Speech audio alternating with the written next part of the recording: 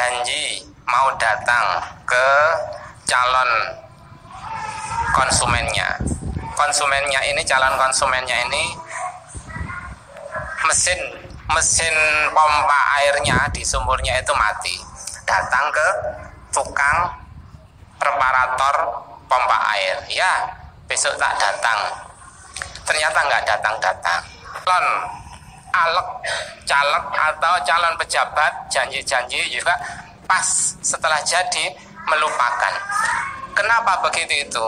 Ada beberapa kemungkinan. Salah satunya karena nggak takut kepada Allah Subhanahu wa Ta'ala. Ada beberapa kemungkinan. Salah satunya karena nggak takut kepada Allah Subhanahu wa Ta'ala.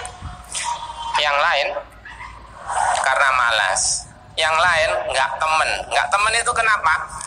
Sumbernya ya nggak takut kepada Allah Subhanahu wa Ta'ala itu.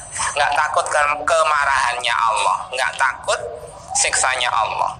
Ada yang lain malas-malasan dalam beramal, sekedarnya dalam mencari pahala dari Allah Subhanahu wa Ta'ala, mencari rahmat Allah sekedarnya, nggak bersegera, nggak tomak, nggak rakus dengan rahmatnya Allah, pahalanya Allah. Kenapa begitu? Tidak kenal Allah, tidak kenal rahmatnya Allah, tidak tahu. Nah, ternyata banyak orang yang nggak tahu, tapi nggak tahu kalau dia tidak tahu dan tidak mau mencari tahu. Nggak tahu kalau tidak berilmu sehingga nggak mau mencari ilmu. Nah, ayat-ayat yang mengingatkan tanda-tanda kekuasaan Allah itu sangat banyak. Kenapa kok bertebaran sangat banyak? Karena berkepentingan untuk sering-sering mengingatkan manusia. Salah satu contohnya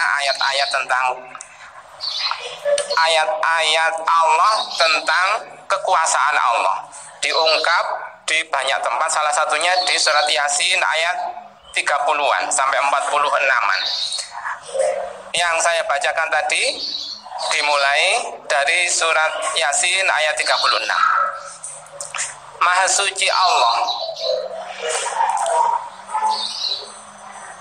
yang telah menciptakan pasangan-pasangan semuanya, baik dari apa yang ditumbuhkan oleh bumi dan dari diri mereka, maupun dari apa yang tidak mereka ketahui.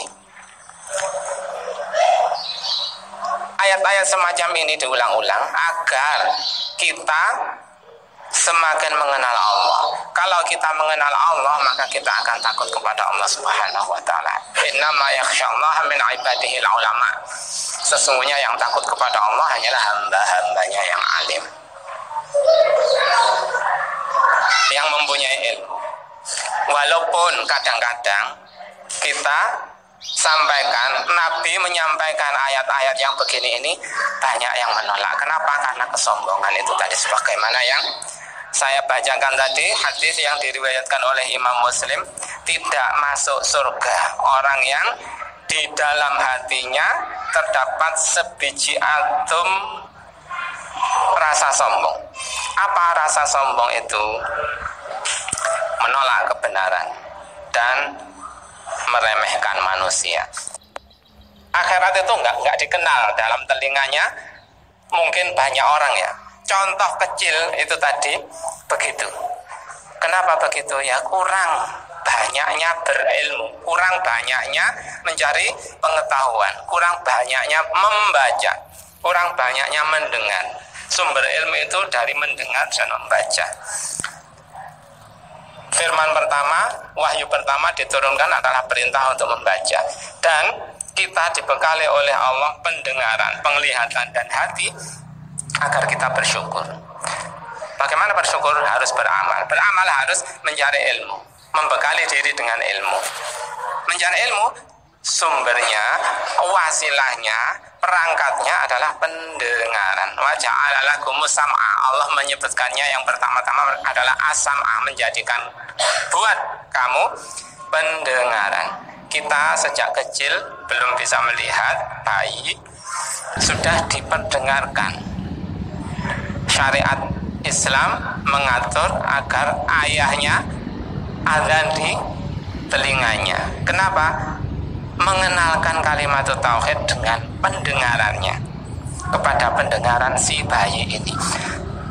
Terus dilanjutkan, ibu kita sering ngudang, sering mengajak ngomong meskipun kita nggak ngerti, diajak ngomong saja. Kalau laki-laki, wah anakku sing paling ganteng dewe, meskipun perat, meskipun macam-macam keadaan yang cacat, tapi yang tetap dipuji dengan sing ganteng dewe ya. Kalau perempuan sing ayu dewe. Itu adalah memperkenalkan kosakata. Ditakdirkan oleh Allah untuk senang-senang memperkenalkan kosakata kepada bayi yang belum banyak ilmu itu. Kalau Nabi Adam langsung diajarkan oleh Allah nama-nama, seluruh nama benda di alam raya ini diajari langsung oleh Allah. Nah, kalau manusia yang lain, ibunya atau lingkungan hidupnya yang pertama-tama yang mengajari, memberi informasi ilmu lewat pendengarannya. Yang pertama adalah banyak-banyak mendengar agar kita berilmu. Dengan berilmu itu diharapkan kita bisa takut kepada Allah Subhanahu wa Ta'ala. Kalau sudah takut, akan getol dalam beribadah, akan rakus mencari pahala Allah Subhanahu wa Ta'ala. Kalau Allah menjanjikan, Rasulnya menjanjikan sholat berjamaah di masjid itu 27 derajat, 27 kali lipat. Kalau infak, satu kebaikan diberi balasan 10 kebaikan atau 700 kebaikan. Itu kita kadang-kadang enggan, abai dengan janji-janji begitu itu, enggak mengindahkan, enggak getol dalam mencari fadilah begitu itu. Dan banyak yang itu tadi enggak takut, enggak temen, malas-malasan, kalau diingatkan marah-marah. Aku dewe, enggak usah ngurusi awakku, urusan awakmu dewe. Nah, begitu tuh tuntutan dari orang-orang yang diingatkan itu begitu. Bahkan sampai mencelakai orang yang mengingatkan. Kenapa? Karena enggak mau diingatkan. Sumbernya adalah kurangnya ilmu, kurangnya tawadhu. Adalah karena ada kesombongan di dalam hatinya. Mudah-mudahan kita dilindungi oleh Allah agar hati kita tidak sombong dan nafsu kita suka dengan kebaikan-kebaikan. Aku lihat firman Maha Suci Rabbmu yang telah menciptakan pasangan-pasangan semuanya itu berpasang-pasangan, baik buruk, laki-laki perempuan, terang gelap, atas bawah dan lain-lain. Baik dari apa yang ditumbuhkan oleh bumi berupa palawija, buah-buahan dan tanaman lain, dan diri mereka sendiri, diri kita juga berpasang-pasangan. Atau eksistensi tubuh kita itu ciptaan dari Allah, maka kita harus berhajat untuk memikirkannya. Dengan memikirkannya itu kita akan mencapai puncak pemahaman. Akhirnya Maha Suci itu tadi mensucikan Allah, membaca Subhanallah, Maha Suci alladzi khalaqal azwaja kullaha mimma tumbitul ardu wa min anfusihim wa mimma la ya'lamun. Dan dari diri mereka sendiri dengan menjadikan mereka terdiri atas laki-laki dan perempuan, maupun dari apa yang tidak mereka ketahui, makhluk-makhluk yang lain yang kita insya Allah sangat banyak tidak tahu karena pendengaran dan penglihatan kita terbatas, maka banyak yang kita tidak mengetahui yang lain yang berpasang-pasangan, yaitu aneka makhluk yang demikian banyak yang tidak diketahui. Penggalan ini seperti firman Allah, dan segala sesuatu kami ciptakan berpasang-pasangan supaya kamu mengingat akan kebesaran Allah. Surat Al-Dzariyat 49. Tujuannya, salah satu tujuannya adalah agar kita mengingat kebesaran Allah. Dengan mengingat kebesaran Allah itu rentetannya kita taat kepada Allah Subhanahu wa Ta'ala. Kita tomak dengan pahala-pahala meskipun pahala itu sangat kecil. Ada cerita ya, Imam Abu Dawud itu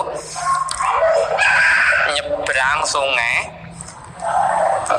dengan dengan kapal, dengan perahu, terus ternyata sampai di tengah mendengar di daratan ada orang bersin.